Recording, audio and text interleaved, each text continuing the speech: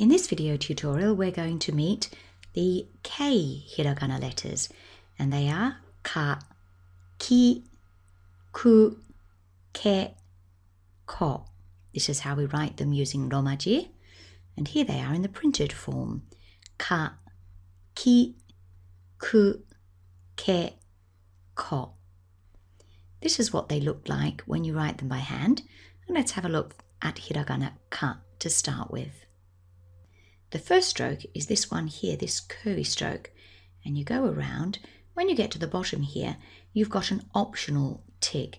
This is what used to appear when you wrote using bamboo brushes.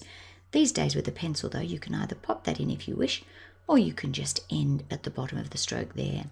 Our second stroke goes down like that, and our third stroke is over here. So that gives you ich, ni, san. Let's look at the story to help us remember this hiragana. This is a story about a car, and that's going to help us remember that this hiragana is hiragana ka. So it's ka for car. Now the first thing that we're going to draw over here is the cliff. So here we have a cliff. There's the cliff there, and if we wanted to imagine it, then there would be sea down the bottom. And there's the sea there. Okay, so we can see that cliff round there, and there's the sea down the bottom. Now this stroke here is actually a fence going right across the cliff for safety. Let's draw it in. That always goes second, so we're going to put that there because the health and safety officers from the council have been to see the cliff, and they've decided it's a danger because people coming along in their cars, if they're speeding and they're not concentrating, can come right across here in their cars and go straight over the edge of the cliff. Unfortunately, after they put the health and safety fence in there, a car did come along from the left-hand side here, came speeding along, and unfortunately this fence was not able to stop them. They went straight through the fence and over the edge, and there's the trajectory of the car like that, and of course it would have ended up in the sea. But we need to keep it still there in the air so that it can be the third stroke of our hiragana. So hiragana ka, it's a cliff, it's a fence, and it's a car going over the edge. And make sure you leave out the sea. Here's the mnemonic. The car drives over the cliff. And if you've forgotten the stroke order, here it is again. Here's the cliff with the fence, and there's the cliff, the fence, and the car driving over the edge. Let's move on to hiragana ki, K-I in romaji. This is what it looks like when it's printed, and you'll notice that the handwritten form has quite a major difference. Let's have a look at that. Here it is in the printed form. Have a look, there's two top strokes, then there's a stroke going down, and it's actually joined to this stroke going around. I'm now going to change it to the handwritten form so that you can see clearly the difference.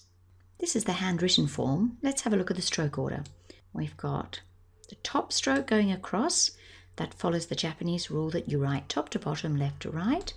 So there's the second top stroke going across, then the down stroke, the little kick off here for that stroke, that's optional. You then imagine that circular stroke there, but you only complete the bottom half like that, and that gives you your handwritten ki. Let's look at the story now. This is a very easy one because the top looks like a key. That looks like the top of the key, and this bit here, well, that could have a little bit going like that there. That looks just like a key, doesn't it? So there's your key, and then keys often have these top things here. There, so that's your key, and this here is going to be your keyhole. That's your keyhole, that stroke there. So you've got a key, and you're going to put it into the keyhole, and that's hiragana ki. Let's take a look at the mnemonic here. A key and a keyhole. There's the key on top, and that stroke there is the keyhole. Next we have ku, ku in romaji K-U. And here it is printed form ku, and the handwritten form is very similar. There's only one stroke in ku. We write it top to bottom, and here it is. And that looks like the beak of a bird. It's a bird with its beak wide open. I'll see if I can help you out here. So we're going to put There's the bird's head, and we're going to pop a little body with some wings. There's some wings, and I've just got room for a little tail in there, and we can give him an eye. So there's a bird's beak. Now this is not going to be any kind of bird. You have to choose a bird beginning with ku. Now I choose kookaburra because I'm Australian, so I put a beak on a kookaburra. But if you don't know that bird, you can use cuckoo. It doesn't matter whether it's a kookaburra or a cuckoo, so long as you remember that ku is the bird's beak. And there it is, ku. There's the mnemonic for you, a kookaburra's beak. Or you could make it a cuckoo's beak, if you prefer. Next we have ke. That's K-E in Romaji. Here it is in its printed form, ke. And this is what it looks like when it's handwritten. Ke has 3 strokes, left to right, of course, top to bottom. So here we're going left to right. And we can kick off there if we wish to, but we don't have to. So that's our left-hand stroke. Notice that it's a little bit bent there. It's got a curve to that stroke. Then we go, next is a cross on the right, and that's the top stroke. Even though this stroke does protrude up to the top, actually it's considered to be not the top stroke because look, it goes all the way down here. So we go across there for stroke number 2, and stroke number 3. Again, it's got a lovely curve on it. And there's ke, and ke is for kettle. I'm going to have to help you out here, I think, with kettle. First of all, we're going to put the handle there of the kettle. Then we're going to draw the top of the kettle, and we'll draw a nice lid there with the handle. And this is the kettle's spout. So there we have the kettle spout. The bottom bit, well, it wouldn't really quite work in reality because the water would all fall out here. But I think that's close enough for you to remember. So the left-hand side is the left of the kettle. Then the across stroke is the kettle's spout. And then the right-hand stroke forms the right-hand part of the kettle. Only you have to remember to go down here below the level of this left-hand stroke. And there we have ke for kettle. Here's your mnemonic, very simply, a kettle. Ke. And if you've forgotten the stroke order, there it is there. Finally, we have Hiragana ko, and that's K-O in Romaji. That's what it looks like in printed form, and here it is in its handwritten form.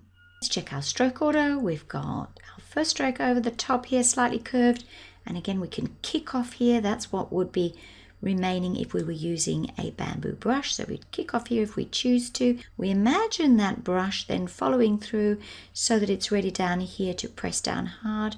In a pencil or a pen, we just leave that blank, and there's our second stroke down there. So we've got ich, that's our first stroke, and ni, and we're going to remember that by thinking of it as a coin, ko for coin.